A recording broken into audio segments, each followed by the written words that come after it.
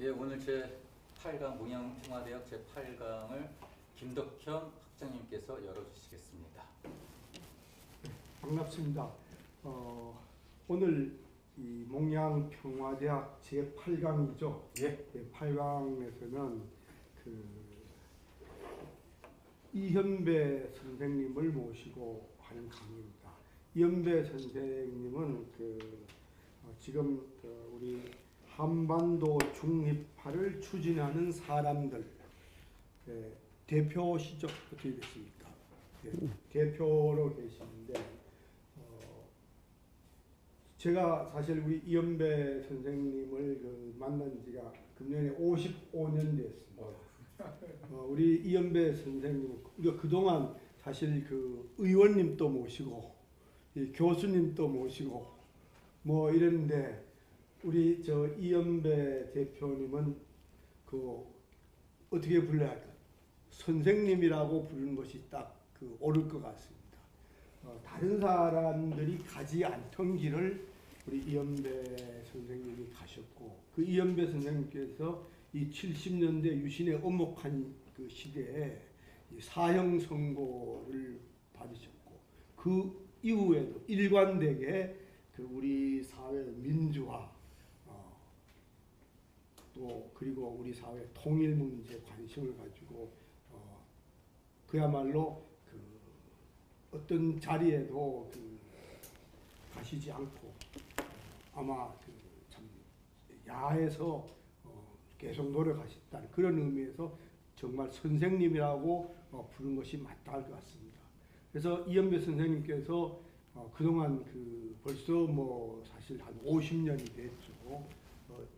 이루어진 여러 가지 활동에 이 궁극적으로 우리가 겪고 있는 이러한 질곡, 모순을 본질적으로 타파하자면 그 방법은 우리 민족, 우리 한반도가 갖고 있는 굴레를 벗어나는 가장 근원적인 방향은 한반도의 중립화다.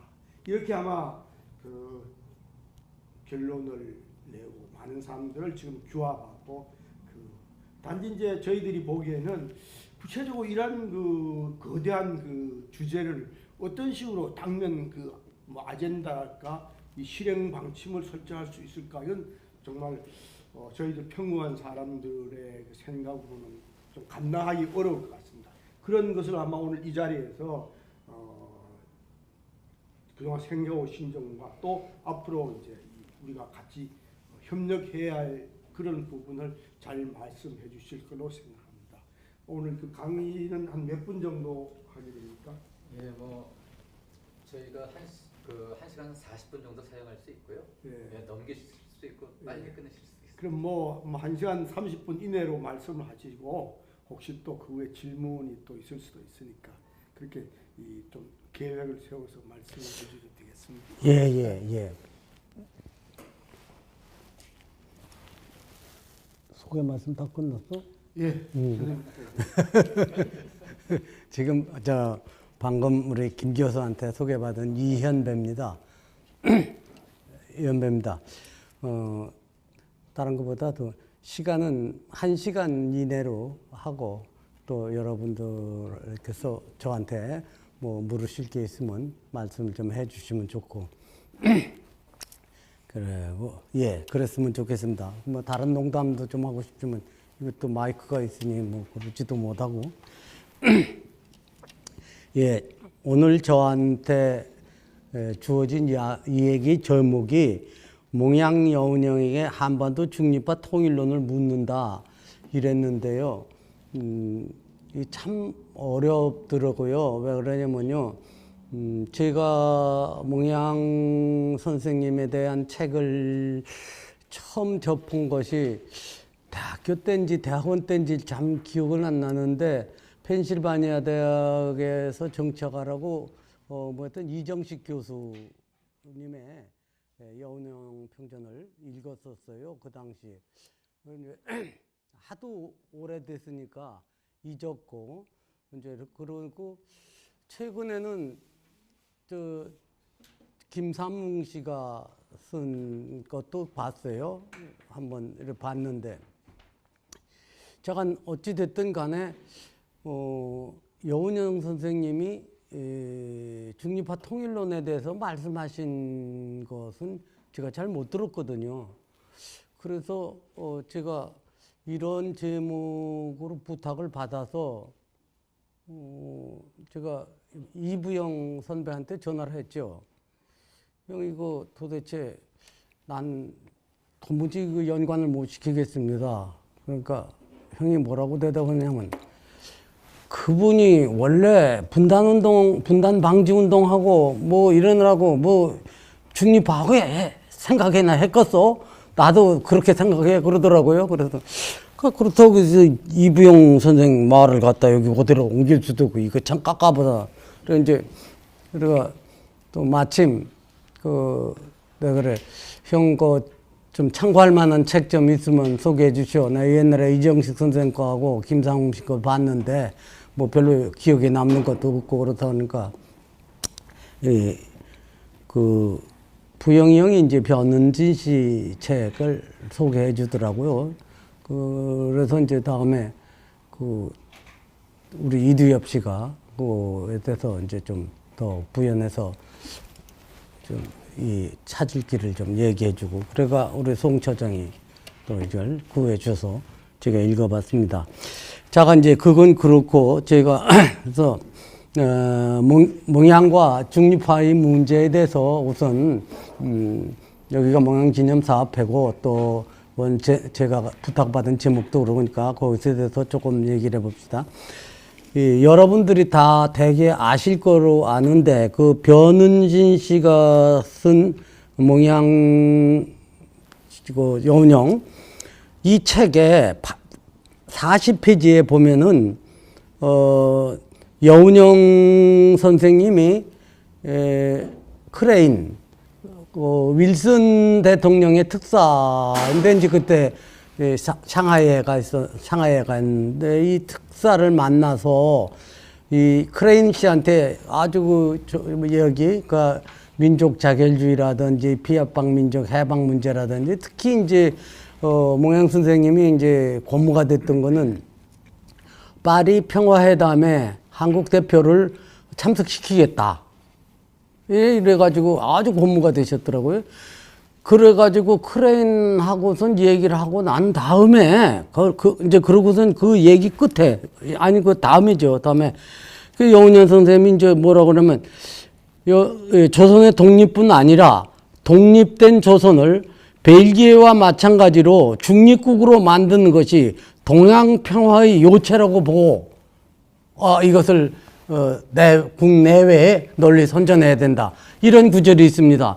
근데 나도 이것도 깜짝 놀랄 구절이라 제가 그 밑에 검토 필요라고 했어요. 그래서 이것은 여기 계신 분들께서 변진 씨가 뭐 아직도 생생하게 살아있고 하니까 그래서 이게 출처가 어디서 나온 얘기냐, 또 사실이냐, 그리고 그렇다면 그것이 어떤 영향을 미쳤고 있느냐 하는 걸 좀 알아봐 주셨으면 좋겠습니다. 제가 거기서 하여튼 몽양 선생님 얘기 중에서 중립화 문제가 얘기된 것은 전 이거 하나밖에 보지도 못했고 또 조금 생경스럽습니다.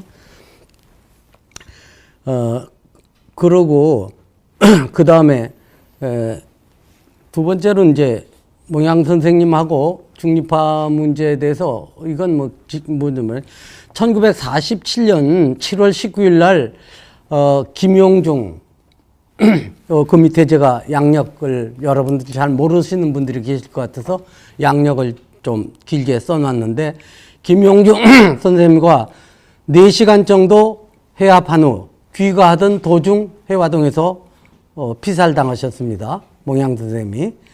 그래서 이 4시간 동안 그 전에 김규식 선생님, 안재홍 선생님들하고도 김용중 선생님하고 여운형 선생님 같이 얘기를 했거든요. 그래서 이제 그때 했던 아니면은 김용중 선생님하고 몽양 선생님하고 같이 한 4시간 동안 같이 말씀을 나누셨으니까 그때 됐을까 했을 때 김용중 선생님은 46년. 그러니까 이거보다 1년 전, 더 정확하게 하면 1년 반 전에 크리스찬 몬턴인가요? 에다가 중립화 통일 방안에 대해서 강하게 얘기를 하셨어요. 그리고 그 이후로 일관되게 이분은 중립화 통일, 한반도 중립화 통일을 말씀하셨거든요. 그러면 이때 소위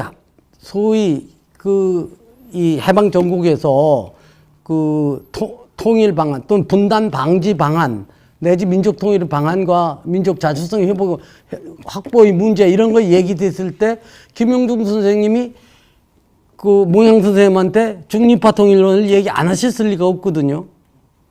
그런데 다만 정말로 원통하게 돌아오시던 도중에 돌아가셨으니까 이게 어떻게 된 건지는 모르지만 제 생각으로는 많이 말씀을 나누셨고 만약 몽양 선생님이 더 오래 살아 계셨으면 반드시 중립화 통일 문제라든지 이 문제가 나왔었다. 저는 그렇게 생각을 합니다.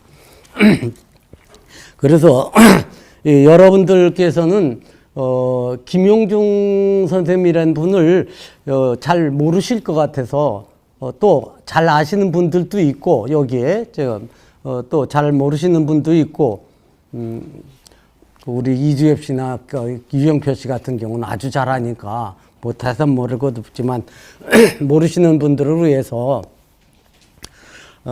또 앞으로 우리가 많이 현양하고 모셔야 될 분입니다. 그래서 그분에 대한 이력을 잠깐 한번 훑어보죠. 1898년에 금산, 지금 충남이죠. 충남 금산군에서 출생하셨고 1916년에 상해 망명해서 몽양에게 많은 영향을 받고 몽양 권유로 미국 유학을 갔습니다. 이곳이 18살인가 그때예요. 그리고 그 다음에 그 샌프란시스코에서 하루에 16시간씩의 노동을 하면서 이때는 이제 도산 선생님의 지도도 받고 도산 선생님이 거기 계셨으니까 또 격려도 많이 받고 그랬더라고요. 그러고 그 뒤 몇 가지 어떤 학교들을 좀 다니시고 1927년엔 하버드 대학에 입학을 하셨습니다. 그래서 좀 지난 얘기지만 몽양 선생님께서 이 김용중 선생님이 상해에 와서 전 독립운동을 위해서 뭘 해야 될까요? 하니까 자네같이 젊고 전도가 유망한 사람은 공부를 조금 더 하게, 미국에 가서 공부를 좀 더 하게, 이래서 이제 미국을 가신 분입니다. 그 다음에 1928년부터는 하버드 대학에 다니면서부터는 언론을 통해서 그 지방 신문 기독교계 잡지 모든 언론을 통해서 일본의 포갑이라든지 이런 것에 대해서 고발 운동을 하시고 이랬습니다. 그 다음에 이제 34년엔 또 농업인으로 쉽게 얘기하면 자두하고 복숭아하고를 서로 교접시켜서 새로운 과일을 만들어냈는데 그게 캘리포니아랑 이쪽에서 굉장한 인기를 얻고 성공을 거둬서 돈을 좀 벌으셨어요, 이분이. 그래가 그 다음에 43년에는 이게 이제 해방 전전해죠. 대한민족 국민회의 대표회에서 외교위원장 이승만을 해임하고 김용중 씨를 위원장으로. 이승만 씨가 참 문제가 많지 않습니까? 참 일찍이 바로 미국에서 이제 임시정부에서 바로 해임시켰어야 됐는데 참 잘못되고, 그 뒤로 이제 김용중 씨는 임시정부하고 아주 서로 긴밀하게 연락을 하면서 미주에서 활동을 했습니다. 그 다음에 1943년 같은 해 조선문제연구소 설립을 하고 더 보이스 오브 코리아라는 신문을 발간하고 더 보이스 오브 코리아라는 방송국을 설립해서 하루에 서너 시간씩 방송을 하고 제가 알기로는 약 16년간 이 방송을 지속했다고 그러는데 미국에서 미국을 무대로 해서 독립운동과 또는 통일운동을 공부하는 사람들의 경우는 모든 사람들이 제1차적 자료가 이 더 보이스 오브 코리아입니다. 다만 우리나라에는 이게 아직도 소개가 안 됐고 이제 그 저 귀암 선생 자료집 같은데 좀 소개가 되는데 그럴 정도로 그리고 참 엄청나게 긴 기간 동안 엄청난 노력을 통해서 이렇게 이제 하셨었습니다. 그리고 그 다음에 1946년 1월에는 그 한반도 중립화 통일 방안을 발표합니다. 요 내용이 이제 뭐 여러 가지 외국 철수 뭐지만 주 내용이 현재의 현 시국은 미소의 대립 문제다. 그리고 남한 내, 그러니까 우리 한반도 내에서 각 정파 간의 어떤 그 알력이나 갈등이나 이런 건 문제가 아니다. 미소 간의 갈등이 문제다. 그렇기 때문에 그것을 벗어나는 길은 중립화뿐이 없다. 이렇게 이제 말씀을 하십니다. 그리고 47년에 이 47년 6월에 이제 31년 만에 귀국해 갖고 여운형 선생님, 김규식 선생님, 안재홍 선생님 등과 함께 통일정부 수립을 논의하고 그 다음에 7월에 다시 여운형 선생님하고 말씀 나누시고 여운형 선생님이 그만 찾고 하시고 그러셨습니다. 그 다음에 48년 12월에 남한 단독정부 수립에 대한 유엔 결의를 맹비난하십니다. 말이 안 되는 얘기다. 그래서 이제 그런 일이 있었고, 그 다음에 61년에는 1월 4일 날 김일성과 장면은에게 중립화 통일 방안을 공개적으로 제안합니다. 미주 각 신문에 하고 해서 공개적으로 제안을 하고, 그 다음에 또 64년에, 이때는 남쪽은 박정희 때죠. 12월에 남북 지도자들의 중립화 통일 방안을 재차 제의합니다. 이때 김일성이한테는 회신이 와요. 회신을 받고, 그리고 우리 박정희는 일체 노코멘트 하고, 그래가지고 이제 그러고는 그 미주사회라 이제 한국 대사관 영사관에서 이제 지시를 해가지고 저놈 새끼 빨갱이다 이래가지고 그 뒤 귀국도 못했을 뿐 아니라 여러 가지 제약을 많이 받으시죠. 그리고 그 다음에 1970년에는 참 여기 있는 우리 유영표 씨나 전부 다 삼성계한 반대운동을 했는데 이분이 그때까지 살아계셔서 삼성계한 반동을 미주에서 강하게 하시고 그러고 그 다음에 75년에 돌아가셨습니다. 그래서 아까 말씀드린 대로 이분은 46년부터 강하게 중립화를 얘기하고 중립화의 이분의 그 근본적인 요지는 미소의 대립이 문제지 다른 어떤 문제가 아니다. 괜히 국내에서 각 정파끼리 뭐 어쩌고 저쩌고 이건 문제가 아니다.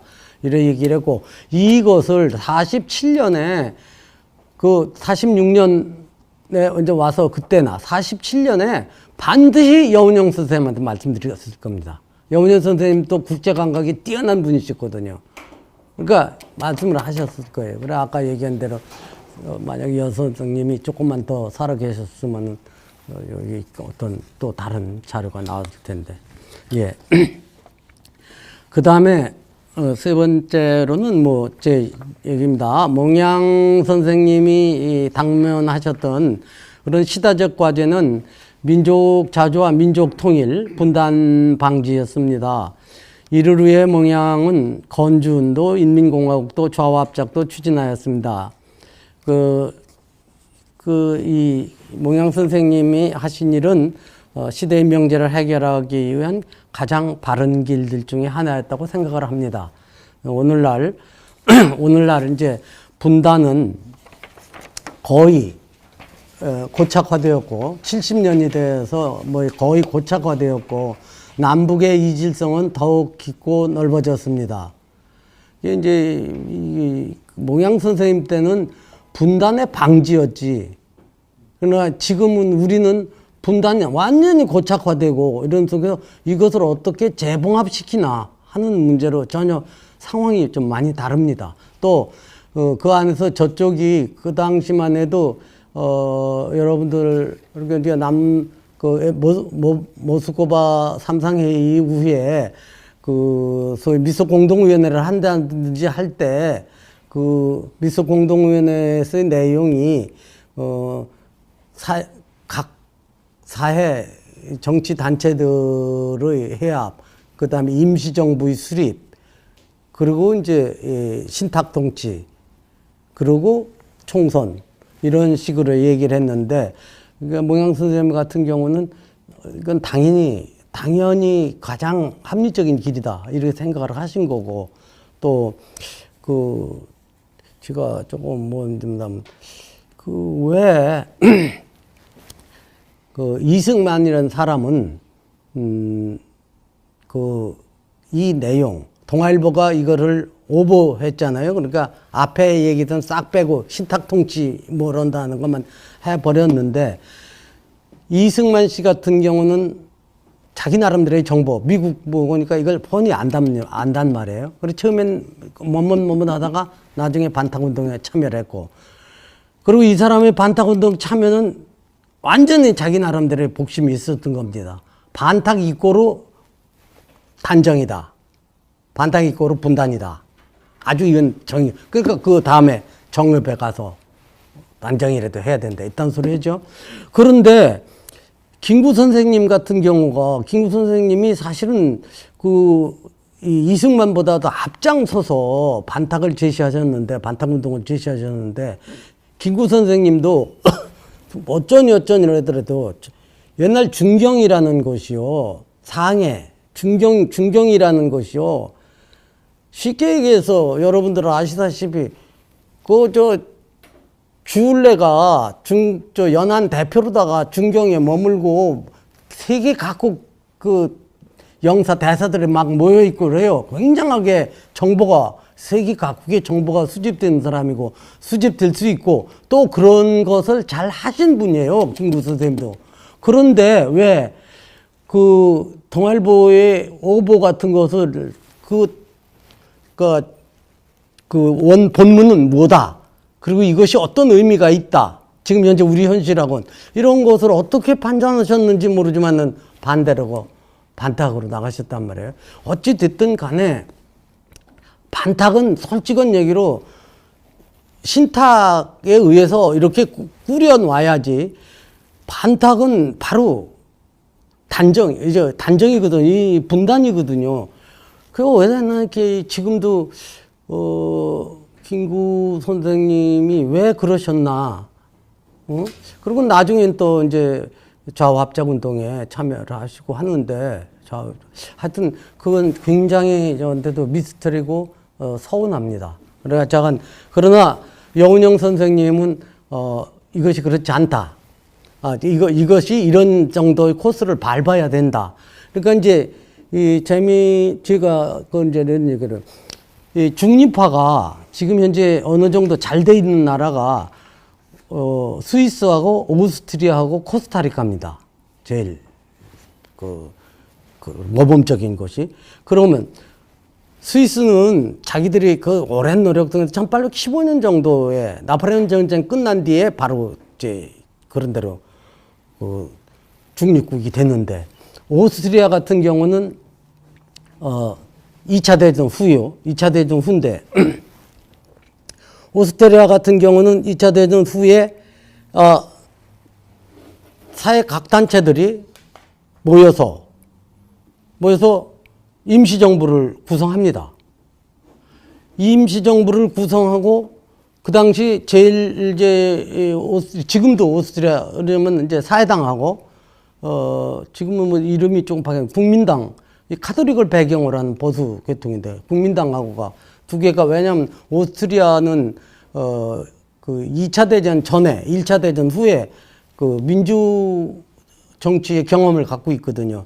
그리고 정당 뿌리가 있고, 그래서 사회당하고 국민당하고 있고, 그 외에 뭐 군소정당 한두 개 또 있었는데, 이거 두 정당이 있는데, 이 두 정당이 전부 합해가지고 해서 사회당 당수인 레너라는 사람을 임시 총리 그걸로 이렇게 했는데, 레너라는 사람이요.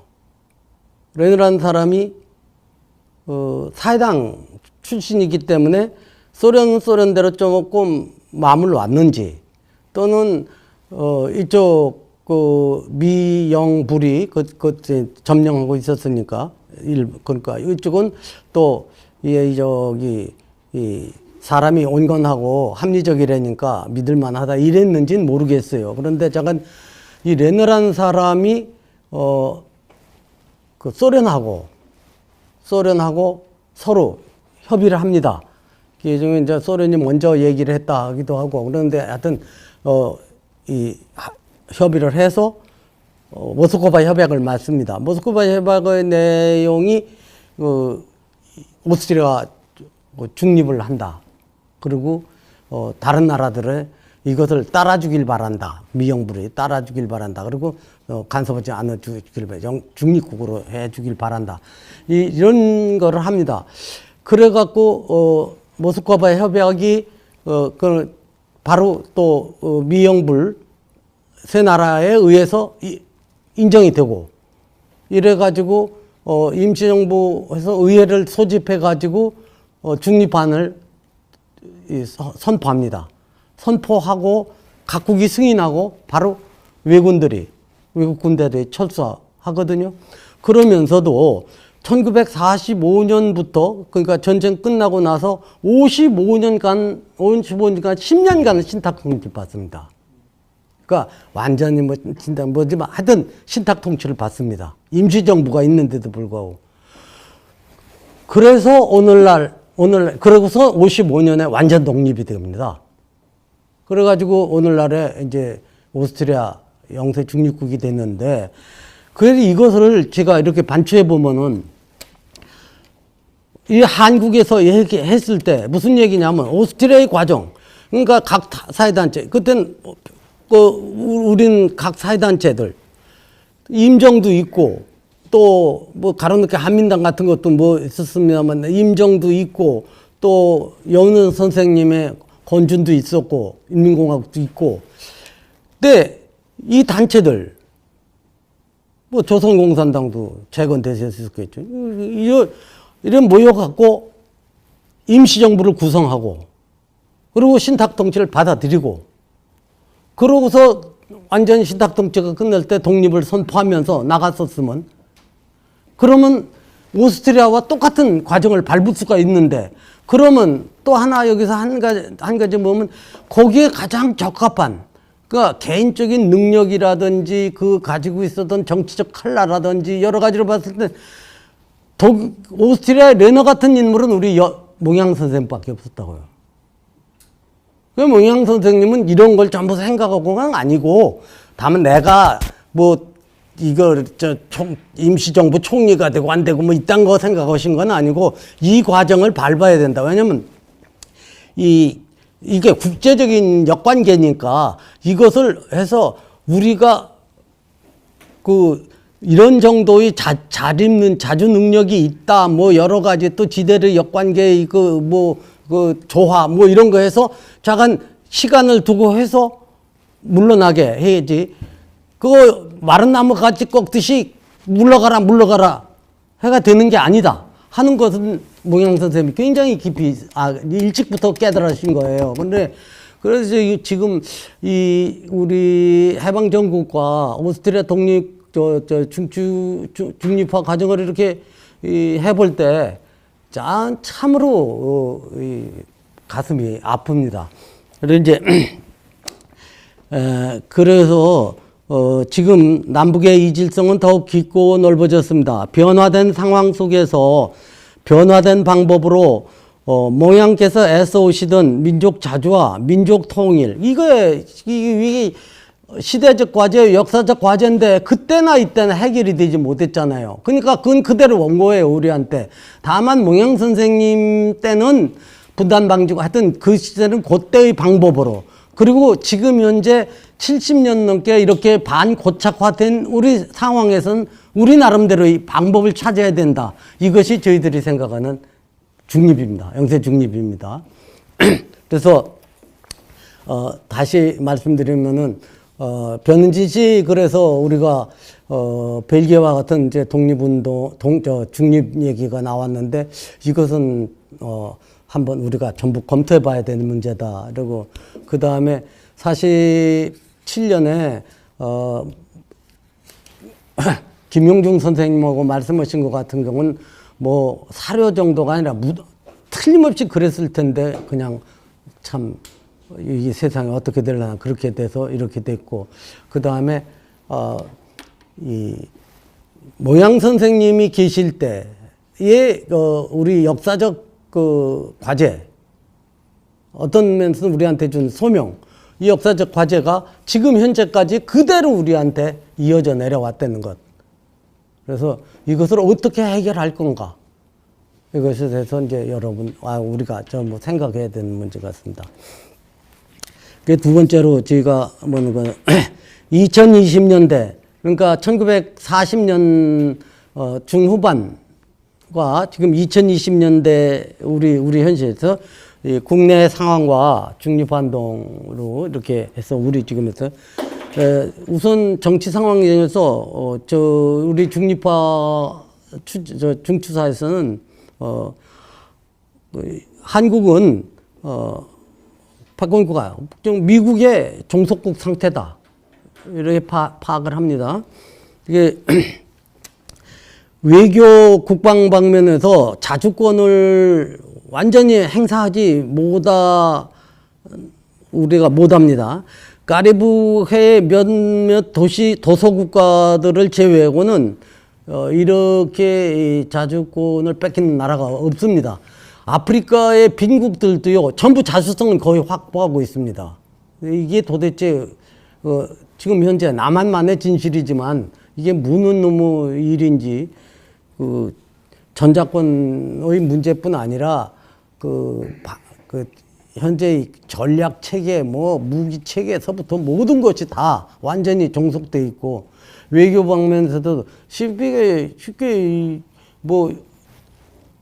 다 간섭받습니다. 남북 문제, 워킹그룹으로 남북 문제 간섭 정도가 아니라 제가 아는 건 지금까지도 안 됐는데 큐바하고 우리 국교도 미국 방해로 아직 문 열고 있는 거로 알거든요. 이게 도대체 어떻게 된 건지 하여튼 참 복장이 터집니다. 그 다음에 북한도 무슨 일이 있으면 뻔질나게 중국을 찾는 걸 보면 외세 의존에서 완전히 자유롭지는 못하다고 보고 있습니다. 그래서 남과 북의 이 자주성 회복이 우리의 근본 문제입니다. 그런 얘기입니다. 그리고 지금 현재 여러분들 아시다시피 동북아 정치 지형이 바뀌어가는 조짐을 보이고 있습니다. 그래서 지금 미중의 갈등 속에서 아무래도 미국 쪽의 힘이 쇠락해지고 중국 쪽에 모은다고 그러지만은, 저 개인적으로는, 미국이란 나라를 한 2번인가 가봤죠. 그건 저 젊은 때 장사하러, 잠깐 가보고 어디 구경도 못했어요, 제대로. 그런데 하여튼 제가 아는 거로는 미국이란 나라는 그 자체의 영토뿐 아니라 자원과 또 여러 가지에서 엄청나게 소위 자립할 수 있는 어떤 세계 경제하고 큰 상관없어서 자립할 수 있는 강한 나라입니다.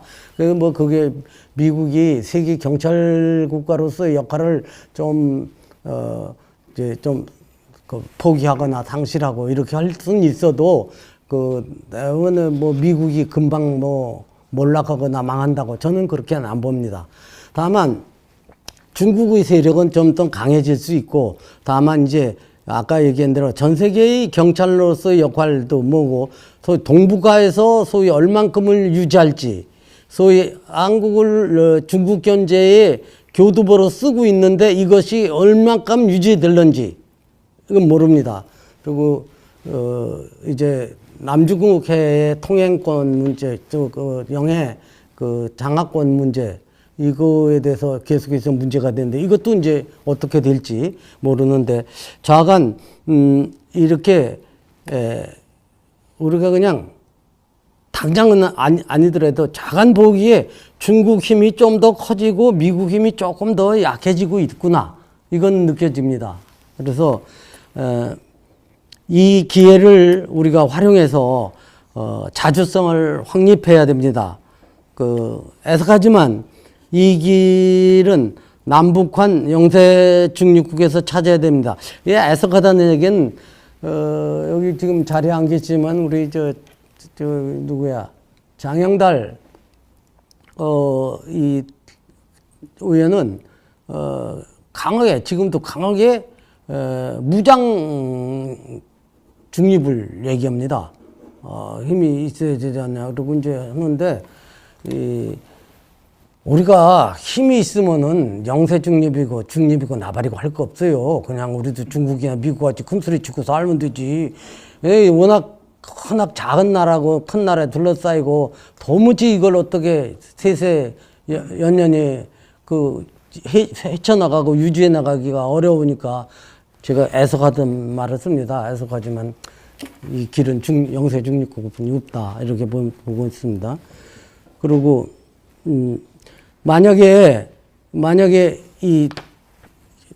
정치적 역관계가 바뀌어서 저울추가 한쪽으로 기울면 우린 또 다른 상대에 의한 예속 상태가 옵니다. 실제로 여러분들도 많이 그런 얘기를 듣고 우리도 그런 얘기를 하지만은 사실상 북한이 제일 무서워하는 건 중국이다. 그런 얘기들 많이 하지 않습니까? 근데 이 동북공정이니 뭐 하는 것은 오히려 동북공정에 대해서 조금 마음을 놓고 있는 거는 제가 사학과 출신인데 우리 사학과 교수 놈의 자식들이에요. 그 좀 마음을 놓고 있는데 사실 이 만주 쪽으로 해서 이렇게 가보면 중국 애들이 지금 하고 있는 이 고적이나 뭐 이런 걸 전부 다 이제 당나라, 뭐 이래가 당나라는, 중국 역대 당 정권의, 발해나 고구려까지도, 지방 정권이었다. 뭐 이런 식으로 가지고 이제 얘기를 하는데, 중국이란 나라는 당이 우선한 나라이기 때문에 언제 어떻게 지금 공정이 아직은 학자들의 탁상 외에 있습니다. 중국도 학자들의 탁상 외에 있지만 언제 이것이 확 바뀌어서 정치인들의 탁상 위로 올라갈지는 이건 우리가 알 수가 없습니다. 그래서 약간 만약에 우리가 어쩜 제대로 우리 정신을 못 차리고 우리 위치를 못 찾으면은 어떤 형태로든지 또 중국한테 예속당할 수도 있습니다. 그래서 지금부터 향후 몇 년간 가장 중요한 때가 아닌가 그렇게 생각을 합니다. 그 다음에 이건 현실적인 문제입니다만 미중의 갈등은 요새 점차 고조되고 있습니다. 현 정부에서 미중 간의 어떤 중도적인 위치를 잡으면서 지금 현재 현 정부는 그걸 균형 외교라고 합니다. 그래서 이쪽에서 저쪽에서 쏠리지 않겠다 이러는데 이거는 당연하게 지금 현재 우리 수출의 36% 정도가 그리고 미국과 일본에 수출하는 양보다도 전부 합한 양보다도 중국이 더 많은데 만약 지난번 사드 때처럼 중국 애들이 한번 승질 부리면은 이거 그 당시엔 뭐 관광객 못 오게 하고 화장품 못 들어가게 하고 어쩌고 뭐 어쩌고 훨씬 이 소위 뭡니까 자동차 부품서부터 이 기계 부품들까지 또 반도체까지 굉장한 게 문제가 되지 않습니까? 이거 도무지 우리가 어느 한쪽으로 기울 수는 없거든요. 그래서 이제 더구나 만약에 정권이 바뀐데도 다음 정권은 이 균형 외교를 유지해야 되는데 옛날에 보니까 황교안인가 하는 철딱선이 없는 사람은 코드 4에 가입해야 된다. 어쩐 소리를 하고 앉지 않나. 참으로 정신이 아득한 소리들을 하더라고요. 다만 이제 균형 외교는 정권이 교체된다 해도 유지돼야 합니다. 그리고 현실적으로 우리 중립화 운동이 거세면 거셀수록 중립화할 때야 우리 중립화할 때야 미국 애들 보고 또 니들 뭐 군대도 나가야 되고 뭐 이래 하여튼 이렇게 되면 될수록 중립화 운동이 가열차지면 가열차질수록 정부는 균형 외교를 취하는 데서 큰 힘을 얻습니다. 그래서 이런 면에서도 우리가 조금이라도 방심할 수는 없습니다. 그 다음에 소위 우리가 종속국 상태를 벗어나는 길 얘기를 했고, 그 다음에 자주성 문제고, 그 다음에 통일의 길은 영원하다. 이 통일지상론은 남북한에서 정권 유지 강화의 수단이 되어 오히려 통일의 장애요인이 되어 왔습니다. 그러니까 내가 이런 말씀 드려서 어쩔런지 모르겠습니다. 문익환 선생님이나 장기환 선생님 백기환 선생님 같은 경우도 통일지상론자였어요. 통일이 되면 모든 게 해결이 되지 뭐 잡소리 뭐 어쩌고 이러셨는데 그래서 이제 또 지금도 야권계랄까 민주화운동 쪽에서 상당하게 영향력이 있는 분께서도 통일지상론을 주장하시더라고요. 근데 저희들은 이 통일지상론이 오히려 남이나 북이나 정권 강화의 수단이 돼가지고 오히려 두드려 잡는데 그리고 지들 강화하는 데만 쓰여서 오히려 오늘날까지 통일을 못하게 만든 장애요인이 아닌가 봅니다. 그리고 현실을 인정하고 현실에 적응하는 것이 통일의 바른 길입니다. 그래서 우리 중추사는 일민족 2개국가 선중립 후통일을 주장합니다. 그 일민족 2국가는 한마디로 해서 조선민주주의 인민공화국은 조선민주주의 인민공화국대로 대한민국은 대한민국대로 그 완전한 상호간 이 국제적으로나 우리 남북 간에 있어서나 그 절대적으로 이 상호간의 독립을 인정해주는 이런 남북 2개 국가로 돼야 된다 이 얘기입니다. 그래서 지금 현재 현실적으로 뭐 합해질 수도 없고 합해질 가능성도 없고 합해질 수도 없는데 자꾸만 합하라고 얘기를 해보면 더 골치만 아파지거든요. 문제만 생기거든요. 그러니까 우리는 깨끗이 분리하자. 깨끗이 분리해. 니네대로 가고 우린 우리대로 가고 니네 가는 거에 대해서 우리가 찌째 붙지 말고 우리가 가는 거에 대해서 니네 찌째 붙지 말고 이제 그 얘기입니다. 그리고 제일 큰 문제는 그러면은 이제 거기에 전쟁이라는 것도 또 없고 전쟁이라는 것도 방지해야 되겠고 이렇게 됐을 때 제일 문제가 되는 게 저는 이제 이러면 이 남쪽에서 미국 무기 구입하는 이 고통, 질곡. 또 북한은 미사일 만드는데 그 애를 쓰는 그 질곡. 이것에서 우선 벗어나야 됩니다. 하여튼 여러 가지 남북 간에 이게 국제적으로는 전부 다 남북이 별개의 나라로 인정돼 있으면서 우리 자체 상호 간에는 인정을 안 해요. 인정을 안 하기 때문에 괜히 쓸데없이 크게 뭐 하지도 못하면서 말썽만 일으켜요. 갈등만 일으키고. 그래, 쉽게 뭐 여러분들 잘 아시다시피 이러면서, 우리 헌법 3조, 대한민국 영토는 한반도와 그 부속도서로 한다. 또 이것부터 없애야 되고, 그 다음에 북한, 그렇게 따라서 그렇게 놓으니까 북한은 불법 집단이거든요. 불법 집단이니까 이 불법 집단에 대해서 동조 뭐 어쩌고 하는 놈들은 위법이야. 국가보안법 뭐서 이런 것들 이거 전부 정리되고 니네 우리 이제 그래 니네 사회주의로 나가고 소위 자력갱생 사회주의인지 사회주의로 나가고 우린 자본주의든 수정 자본주의로 형태로 나가겠다. 이제 이게 우리 일민족 이계 국가의 얘기입니다. 좀 아이러니한 얘기인데 저희 중추사에서 지난 대선 때 각 후보 11명한테 대선 후보 11명한테 분단의 극복에 대해서 어떤 생각들을 갖고 계시며 또 이 분단 극복에 있어서 가장 근본적이고 합리적인 방안은 영세 중립안입니다. 이것을 어떻게 생각하십니까? 질의서를 다 보냈어요.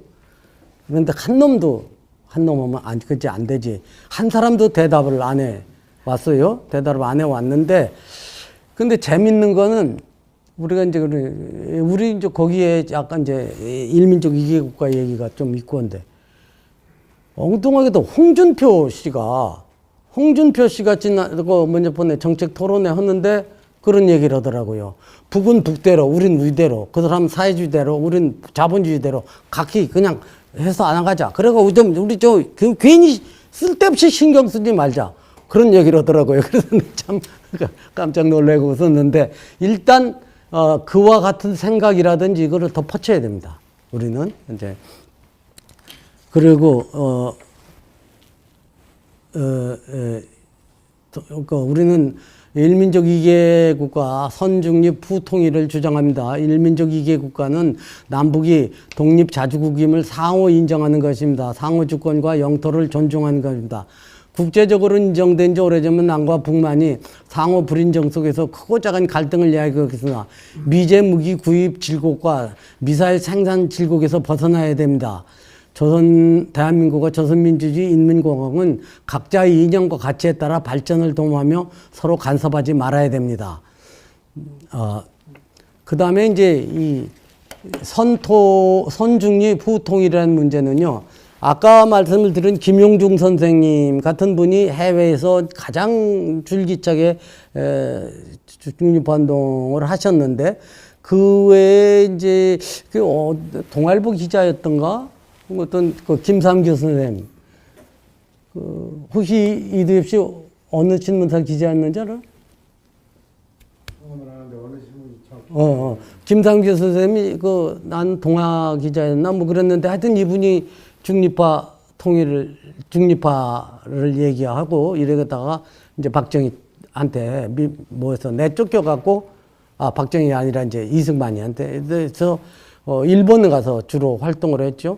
그리고 이 김삼규 씨가 일본에서 중립파 통일 문제를 많이 얘기를 했는데 동아일보 편집국장을 했습니다. 그렇죠. 동아일보 기자를 했던 것 같아요. 그리고 그랬는데 이분이 그래서 이제 못 들었는데 이분한테서 어떤 간에 직간접으로 영향을 많이 받은 분이 조용수 씨입니다.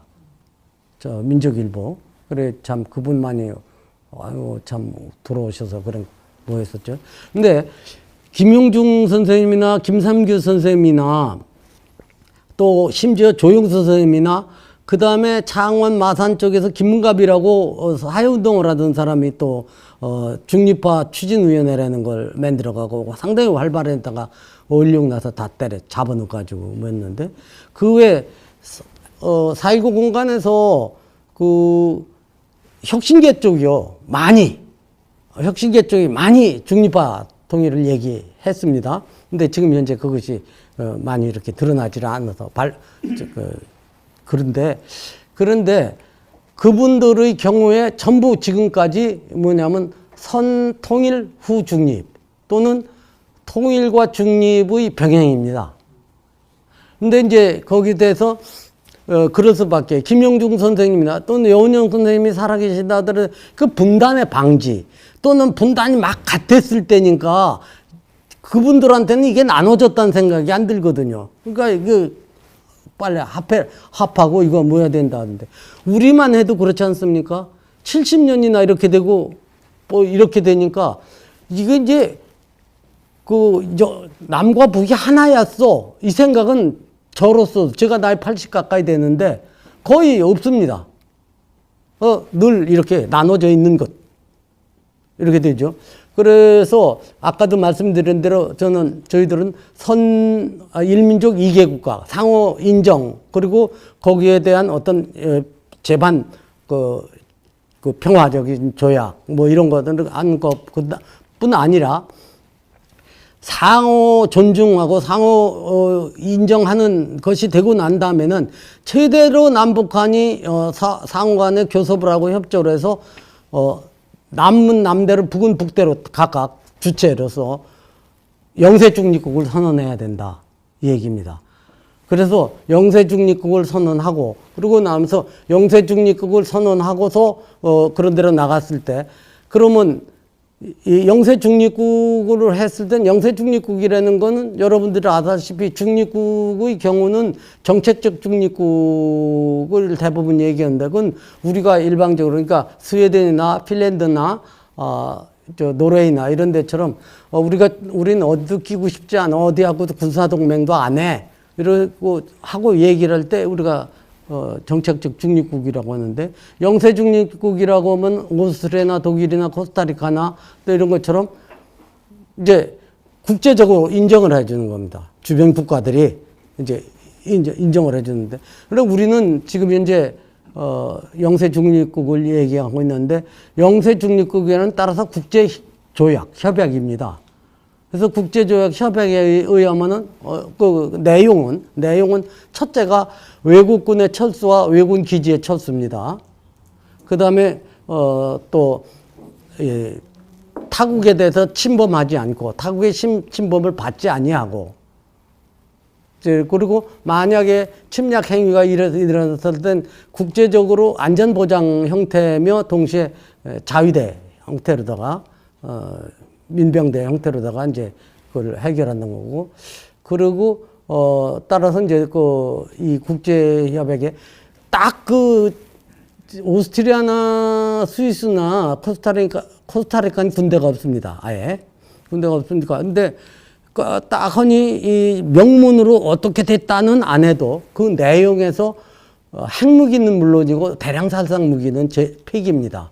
그리고, 군대도, 상당한 정도로 감축하고 스위스나 오스트리아나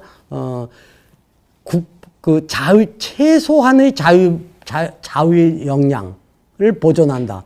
그리고 스위스 같은 경우는 지금 인구가 제가 한 700만 그렇게 보는데 700만인가 뭐 900만인가 되는데 군인은 상비군은 2,500 정도입니다. 그러나 48시간 이내에 80만의 민병대가 모일 수 있어요. 그리고 스위스 가보신 분들 많이 보면 스위스는 독특합니다. 그 민병들이 자기 집에 총기를 다 소지할 수 있어요. 그러면서 총기 사고 안 나는 나라인데. 그래 이제 그러죠.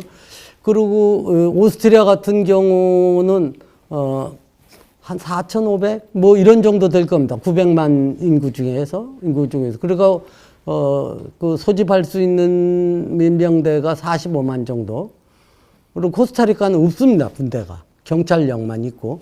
이제 그렇게, 그러니까, 우리는 남도 침략도 안 하고 남 침략도 안 받을 거고, 따라서 그런 어떤 이 대량 살상 무기라든지 고도의 그 살상 무기 같은 건 안 갖는다. 이렇게 되거든요. 그러니까 우리도 어떤 식이냐면, 이 영세중립을 선언함으로써 남과 북이 영세중립을 선언함으로써 남쪽에서는 왜군이 다 철수해야 되고 왜군 기지도 철수해야 되고 그다음에 북은 북대로 핵무기 그리고 북의 핵무기와 대량살상 무기 남쪽도 이해 상황은 대량살상 무기를 다 제거해야 됩니다.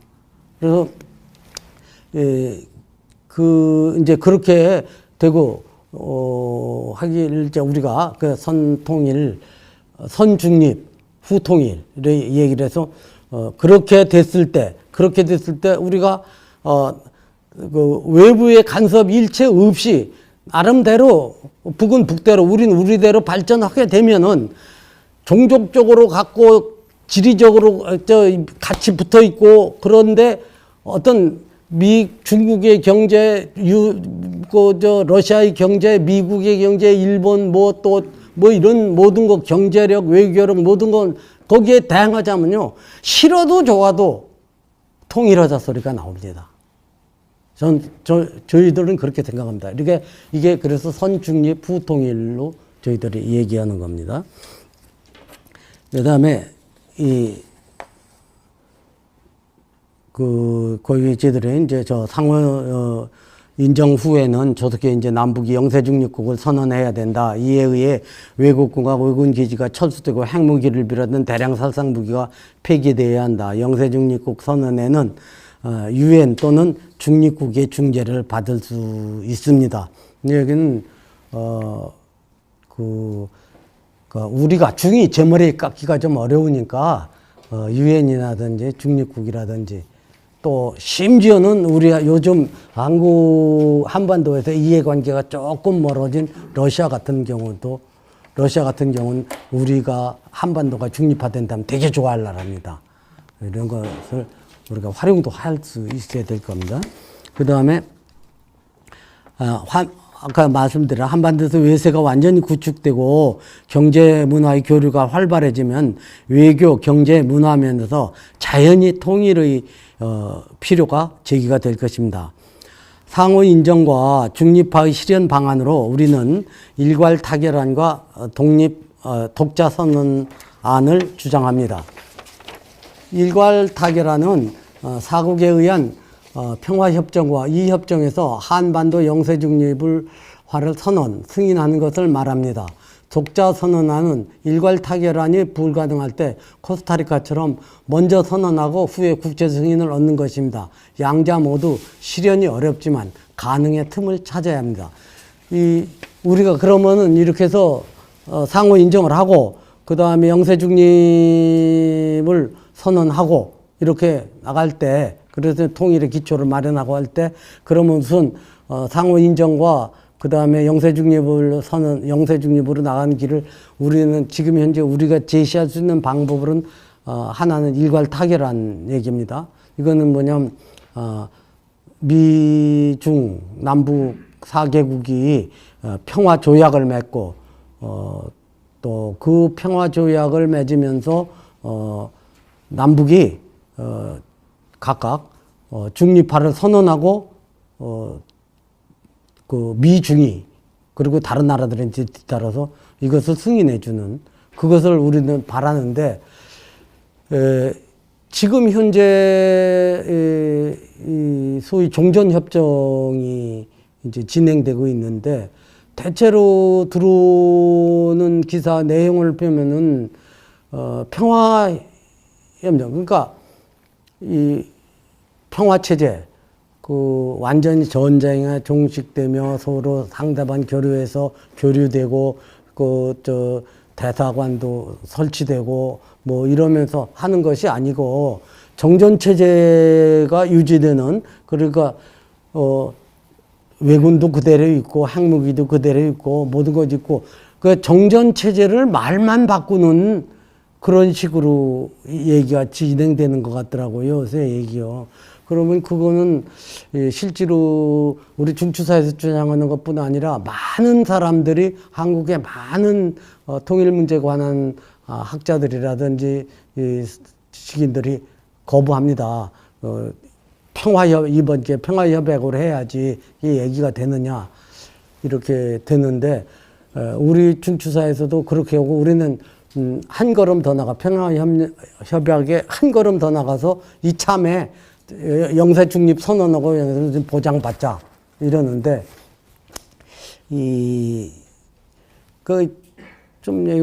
종전선언이 만약에 유엔사도 그대로 있고 미군도 그대로 있고 북은 핵무기며 모든 걸 그대로 가지고 있고 이래서 현상 유지 정전체제를 유지하는 것에서 이름만 바꾼 것이 됐을 때 이거를 어떻게 받아들여야 될까 우리가 야 이거 말도 안 되는 소리 하지도 마 그리고 이제 전쟁 상태의 이 고착 상태를 더 연장하는 거에 불과해 막 반대를 해야 될까 어떻게 해야 될까? 그거에 대해서는 솔직한 얘기로 중추사 문제를 앞에서 이끌고 있는 저로서도 장담을 못하겠습니다. 왜냐하면 그나마 이게 조그만한 돌파구라도 마련해 주는 것일 수가 있는가? 아니면 생판 이거 진짜 몹쓸 짓인가? 그리고 또 하나는 지금 현재 남북한이 하고 있는 종전 그 선언 초안을 가지고 중국과 북한의 그 승인을 얻어야 됩니다. 그럴 때 중국이나 북한이 가만히 있겠어요? 그럴 리가 없거든요. 거기서 또 한바탕 야단이 나고 개정이 될 거거든요. 그래서 이게 어떻게 될지 하여튼 그거는 저로서도 저희들로서도 조금 더 추이를 지켜봐야 된다 이런 생각을 합니다. 그리고 실제로 우리 중추사에서는 이 일괄 타결안이 사실상 거의 불가능하다. 미국이라는 나라의 근본적인 의도가 오늘인가 어저께 그 박한식 교수, 미국인 박한식 교수의 통일뉴스 인터뷰를 봤는데 저희들이 주장한 거 제가 한 몇 달 전에 주장한 거하고 똑같은 얘기더라고요. 뭐냐면 미국이란 나라는 비핵화를 원하는 것도 아니고 또 한국이 통일되고 뭐 전쟁이 없어지는 걸 원하는 것도 아니고 미국의 주체는 군산업체다. 따라서 얘들은 언제나 긴장이 고조되고 전쟁이 일어나고 전쟁이 일어날 것 같고 해야 무기 팔아먹고 우리도 팔아먹고 일본도 팔아먹고 그게 미국의 속셈이다. 그래 보거든요. 그러면 미국의 속셈이 이랬을 때 잘해 가봐야 종전 협정은 현재 정전체제의 이름만 바뀌는 이런 것이 되고 북한이나 중국이 뭐라고 그러면 그럼 관둬.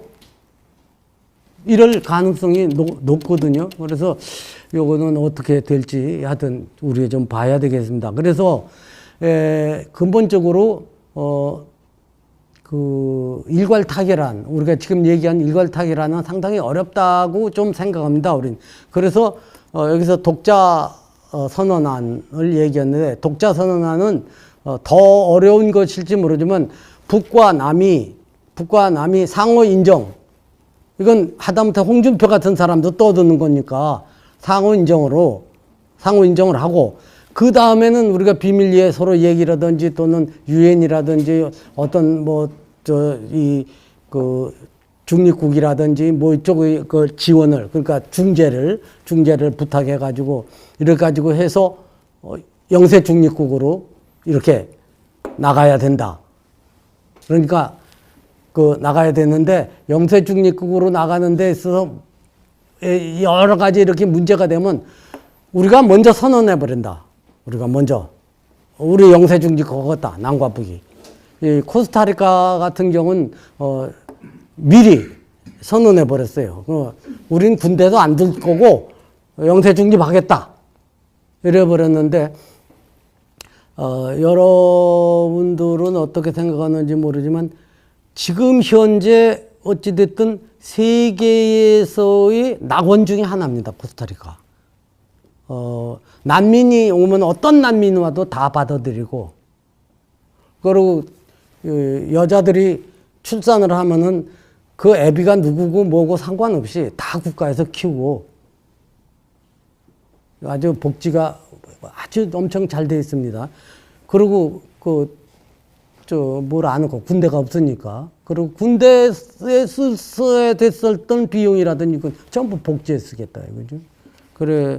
그래서 이제 우리도 만약에 뭐면 상호 인정만 되고 한다면은 우리가 선언해 버리고서는 배째래 하고선 달려들어 봐야 안 되겠나 그런 생각을 합니다.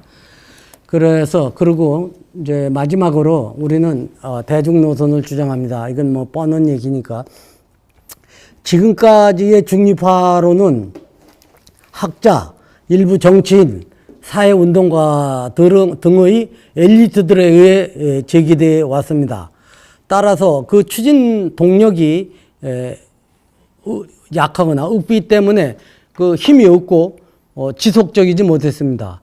우리는 동학혁명, 4.19 혁명, 5.18 민주혁명, 촛불혁명 등을 본받아 대중운동, 대중혁명에 의해 중립화 성공을 거두고자 합니다. 자주의식의 고향으로 아내 내부의 문제인 남남의 갈등부터 우선 해소하는데 우리 국제관계의 엄혹함을 얘기하면서 그것에서 우리 자주의식을 고양시켜야 되지 않나. 이래서 미국 놈 하랍에 하는 의식을 깨트려 부숴야 되는 그런 얘기입니다.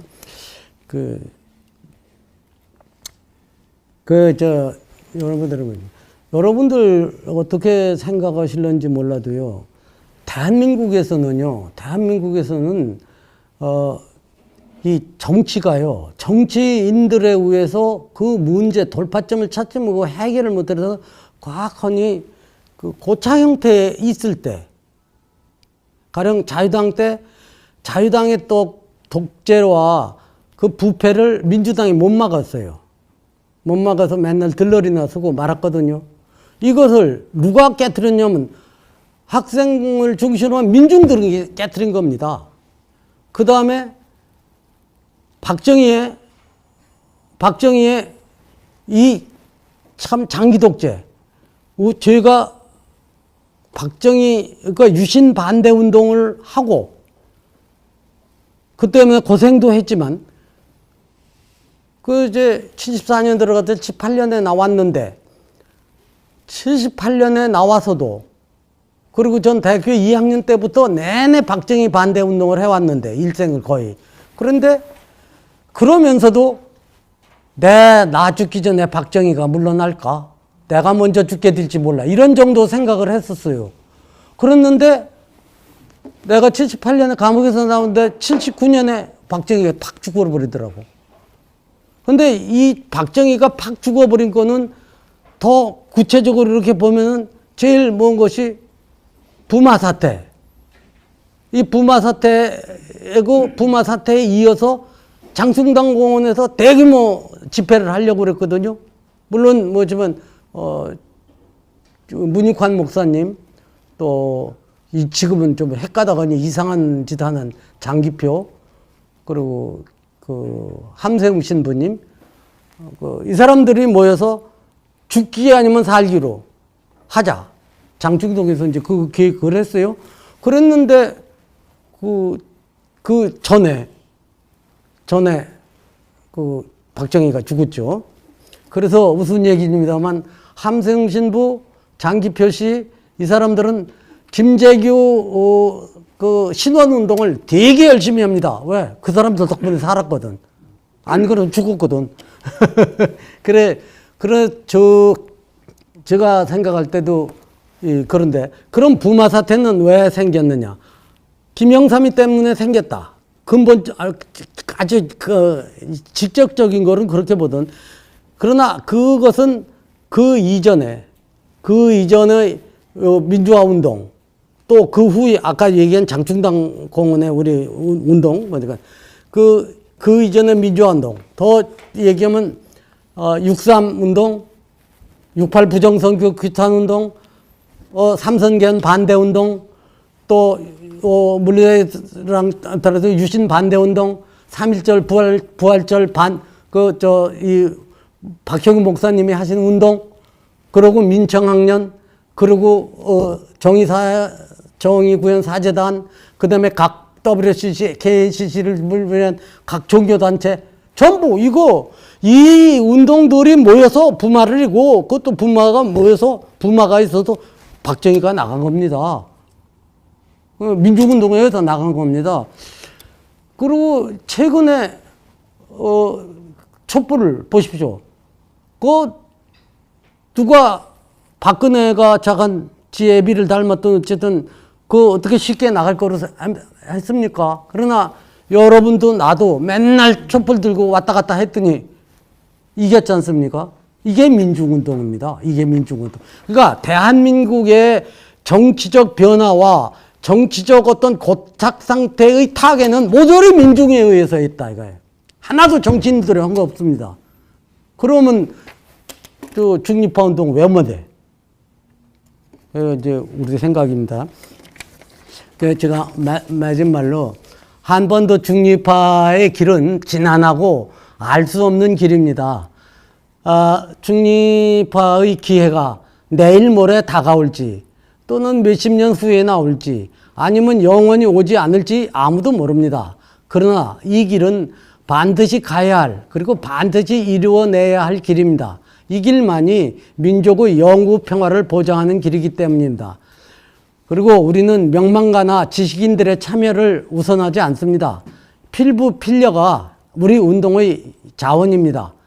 우리는 뜻을 같이 하는 어떠한 단체, 개인과도 협력할 것이며 합리성을 갖는 한 어떤 방법도 마다하지 않겠습니다. 합리성이란 말은 합법성을 좀 빼도 합법성 문제가 아니라 우리가 봐서 오르면 어떤 방법도 마다하지 않겠다 이겁니다. 그래서 저희 중추사의 경우에 그리고 여러 가지 어떤 방법으로 대중들을 더 포섭할 수 있을까, 대중들을 같이 운동할 수 있을까, 또 뭐 해서 여러 가지 생각 중입니다. 여러분들께서도 좋은 생각 있으시면은 좀 연락도 해주시고 해주시기 바랍니다. 자, 저에게는 이거를 끝나겠습니다. 지금 말씀 한 2시간 정도에 걸쳐서 말씀을 해주셨습니다. 저희들이 사실 원래 이 박명림 교수나 혹은 또 안민석 의원 그리고 지난달에 정세현 장관 이런 분이 여러 번 몽양정신의 오늘에서 의의를 얘기를 하면서 일관된 주조가 어떤 이제 현실주의인 것 같습니다. 그래서 바로 전달에는 정세현 장관이 통일부 말고 남북 관계 뭐 이런 식으로 바꾸는 이런 제안까지도 이제 하셨는데 오늘 우리 이연배 선배님도 오늘 말씀하신 게 현실주의, 그러니까 통일지상주의가 아닌 현실주의적인 입장에 서자. 그건 저희들이 몽양평화제약이 그동안 갖고 왔던 입장을 그대로 이제 이어주신 것 같습니다. 그리고 이제 현실주의적 입장에 섰을 때 이제 단계적 접근 이제 이렇게 이제 나아갔는데 그 단계적 접근의 핵심은 자주론이죠. 근데 물론 이제 자주론이 강화되어 가고 있지만은 우리 이연배 선생님 말씀하신 것처럼 비무장화, 자주론이 비무장화로 연결될 때 이제 나중에 말씀 전개하시는 동안 좀 자꾸 이해가 안 되는데 끝부분에 이렇게 얘기를 하시더라고요. 그거를 정치인들한테 기대하기는 어렵다. 우리 지금 뭐 남쪽에서 외국 기지를 내보내고 뭐 이런 이거를 이제 정치인들한테 기대하기 어렵고 우리 역사 발전의 추동력이 민중들에게 있었다. 이런 이제 흐름을 가져서 저는 이게 자주를 해서 비무장화를 어떻게 갈 건가 상당히 이제 참 실무적으로는 어려운 문제인데 그렇게 말씀을 해주시니까 나름의 어떤 방향성을 설정을 해주시는 거 저는 그렇게 이해를 합니다. 오늘 이 자리에서 이 유튜브를 보시는 분을 위해서라도 이 자리에 나오신 분들 중에서 우리 이연배 선생님 말씀하신 것 중에 나름대로 요약을 해주시든가 혹은 제안을 해주시든가 아니면 또 좀 의견을 달리해서 질문을 해주실 분이 지금 시간은 좀 지났지만 한 2분 정도라도 말씀을 좀 드렸으면 합니다. 자기소개도 하시고 좀 말씀하시죠. 네, 먼저 구속대 동아시아 평화연구소 개건교수로 있는 이두엽입니다. 동양 연구 선생 비정사학회 부의사장하고 있습니다. 말씀드리면 최근에 추진되고 있는 종전선언에 대해서 일본 극우 세력들이 굉장히 그것을 가로막는 게 보입니다. 일본 극우와 미국의 네오콘들은 이 한반도 종전선언이 논의되고 진행되는 것을 결코 바라지 않습니다. 아까 이현배 선배님 말씀하신 것처럼 그 긴장의 어떤 지속적인 그 유지가 필요하고 극단적으로는 그들은 전쟁을 원하는 겁니다. 제가 몽양 선생님에 관한 이런 자료를 쭉 보다가 그 사사카와 제단을 만든 사사카와 류이치가 이 종전 후에 일본의 스가모 감옥이라는 데 기시 우습게하고 한 방을 씁니다. B급 전범인 자기를 메가될 때는 돈을 풀어서 A급 전범으로 높입니다. 그걸 보고 아주 소사치에 놀랐습니다. 그들은 그 방에서 무엇을 논의했을까? 한반도 전쟁이었을 겁니다. 일본 경제의 부흥을 위해서는 그것만이 방법이라고 생각했을 테니까요. 요즘에 이 종전선언을 반대하는 일본 극우를 보면서 사실 그 생각이 좀 들었습니다. 그리고 관련 자료를 굉장히 열심히 회의 중에. 그 얘기를 어떻게 들으냐면 지금 종전선언 장기적으로 어떤 한반도 중립화로 가는 계획이 가장 강력한 대척점에 있는 집단은 어딜까? 그거를 분명히 해야지 대중운동을 성공할 수 있습니다. 대중운동은 대척점이 분명하지 않으면 흐지부지 됩니다. 너무나 큰 이야기, 막연한 얘기처럼 느껴져서 대중은 움직이지 않습니다. 일본의 극우의 실체를 분명히 그리고 네오콘과 이걸 정확하게 보고 아주 구체적인 전략이 세워져야 됩니다. 한 가지만 더 말씀드리면 이 동아일보 모스크바 3.3 회의 그 오보 사건은 오보가 아닙니다. 그건 조작 보도입니다. 명백한 의도를 가지고 조작된 보도지 오보가 아닙니다. 한국 그 언론사 최대의 조작 보도 사건을 분명히 합니다. 그걸로 천탁반타고 갈리워지고 몽양 선생은 남살당하고 자, 누가 그걸 조작했을까?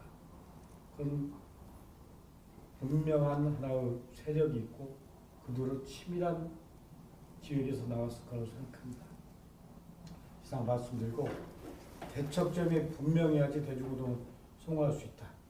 그런 얘기를 한마디 더 드리고 오늘 연배 선배 강의 정말 시의적절하고 참 좋았다고 생각하고 다시 한번 고맙습니다. 이상 마치겠습니다.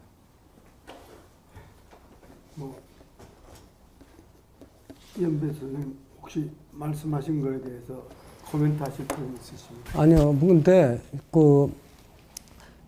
지금 우리 이두엽 씨 얘기에 의해서 저도 일본의 극우 세력이나 미국의 네오콘 애들이 종전 문제에 대해서 극도로 반대를 하는 줄은 몰랐어요. 오늘날 이두엽 씨한테 지금 처음 듣는데 조이 그럴 수 있다 생각. 왜냐면 그 사람들은 긴장을 먹고 사는 사람들이니까. 그런데 그 하나 이제 아까 지금 그 동아일보 건도 그렇고 근데 하여튼 딴 이두엽 씨가 지금 얘기하는 대로 대척점 또는 목표점이 분명하지 않을 때 대중운동은 성공하지 못한다는 건 나 인정을 하는데 다만 이제 그러기 위해서 소위 대중운동에 앞장을 서는 사람들이라든지 이런 사람들의 경우에 이 정보 지금 본 대로 자 제가 아까 말씀드린 정전 체제의 변형으로만 생각한다는 건 미국 쪽의 이제 기사들 내용입니다. 그런데 이제 그것도 그것대로 뭐 미국도 이런 사람 저런 사람이 있을 테니까. 그리고 또 지금 우리 이두엽 씨가 얘기한 일본의 또 네오콘들의 얘기, 이 얘기를 명확히 우리가 명확히 정보를 받아야 선조들이 가졌던 어떤 그 미스테이크를 되풀이하지 않겠거든요. 그래서 지금 내가 이두엽 씨 얘기를 들으면서도 옳은 얘기다. 그러나 하여튼 참 정확한 정보의 그 취득이 무지하게 중요하겠다 이런 생각을 합니다. 또 뭐 질문 있으시면. 네, 그러면 뭐 특별히 새로운 질문이 없으시면은 이현배 선생님 전체적으로 한번 아까 지금 말씀하신 것 중에 그 구체적으로 이제 대중운동을 말씀을 하시면 대중운동에서는 그 어떤 고도한 그 가치적인 그런 목표보다는 이 대중운동에서는 당면한 그 아젠다를 적절하게 제시를 해야 대중들의 이 동원이나 그 운동의 추진 힘이 생길 거로 생각을 합니다. 그런데 과연 그 한반도 그 중립화를 추진하기 위한 당면한 대중적인 아젠다를 제시를 한다면 어떤 걸 얘기를 할 수가 있을까요? 글쎄요. 지금 현재는 뭐 우리가 이제 제일 보는 거는 아까도 말씀드린 대로 자주식의 고향이라든지 이런 건데 다소 조금 관념적입니다. 그런데 이 대중운동의 경우든 또는 역사의 발전이라는 거에서 우리가 흔히 그 우연과 필연을 많이 얘기했는데 결정적인 계기가 왔다. 그러니까 촛불혁명이 있었다. 그럼 촛불혁명이 있으면은 이것은 거의 우연적으로 뭔 것 같지만 사실은 촛불혁명이 있기 전에 소위 그 박근혜의 그 파시즘 잔재의 문제점들 이것들이 수없이 이렇게 나타나고 있었거든요. 이게 우연이거든요. 그런데 그게 이제 촛불혁명이라는 이런 촛불 시위로 이렇게 딱 했을 때 이래가 끝내 이렇게 된 건 필연이거든요. 그러니까 지금 현재 우리가 자주의식이 고향이나 또는 아까도 말씀드린 것 지금 현재 그 숙미의식, 사대주의의 격파나 뭐 이런 것들 어느 것들이라도 어느 거든지 그때 또는 나눠서 부지런히 진행해 나가면은 이건 우연이다 이겁니다. 그러나 이것이 어떤 계기 그러니까 고종 인산 때문에 3.1운동이 딱 계기가 마련되듯이 그러나 그것이 쭉 쌓여 있는 거거든요. 그래서 저는 우연 그리고 그 우연을 만들고 우연을 계속해서 하는 것은 우리 소위 운동권 사람들 또 운동의 리더들이 할 일이고 또 같이 할 일이고 어떤 계기 그거는 솔직히 그래도 필요는 그거는 하느님의 소관입니다. 그러나 나는 하느님의 소관을 믿어요. 예. 오늘 우리 이현배 선생님 강의에서 지금 이제 전쟁이 끝나고 난 다음에 70년이 지나서 이 열전은 사실 한반도에서 그동안 이제 중지되어 왔는데 우리가 한반도 중립화를 추진하는 그 사람들의 입장에서는 그 열전의 중단 상태가 아닌 그 열전의 상황을 제거하자는 이런 것을 이제 구체적인 목표로 세운 그 점을 바로 이제 우리 좀 현실 정치인들한테는 크게 기대할 수 없고 그 대중들의 필연적인 평화, 우연적인 평화가 아닌 필연적인 평화를 추진하는 그러한 운동을 이제 우리 그 한반도 중립화 추진한 사람들의 그 희망이고, 그것을 아까 말씀하신 것 중에는 제가 기억하는 범위 내에서는 독자 선언안 또 있다. 현실적으로 이 승인을 받긴 제가 보기도 아까 이전에도 말씀하셨지만 상당히 참 그 이해관계가 다른데, 독자 선언안 또 있다. 근데 독자 선언을 어떻게 추동해낼 것인가? 이것이 이제 이현배 선생님 그 부분에서는 이거 정치인들에게 기대하기보다는 우리 대중들이 그 추동해내야겠다. 이렇게 생각하는 게 아닌가, 저는 그렇게 얘기합니다. 네. 오늘 이현배 선생님께서 70년대, 참 60년대 이후 민주화 운동에 계속 현장에 계시면서 노력하신 그 참 필생의 고뇌의 그 결과로서 이 우리 민족의 그 질곡의 굴레를 벗어버리는 그런 핵심적인 주제로서 이 한반도 중립화를 추진하는 사람들의 말씀을 오늘 드렸습니다. 감사합니다. 네, 고맙습니다.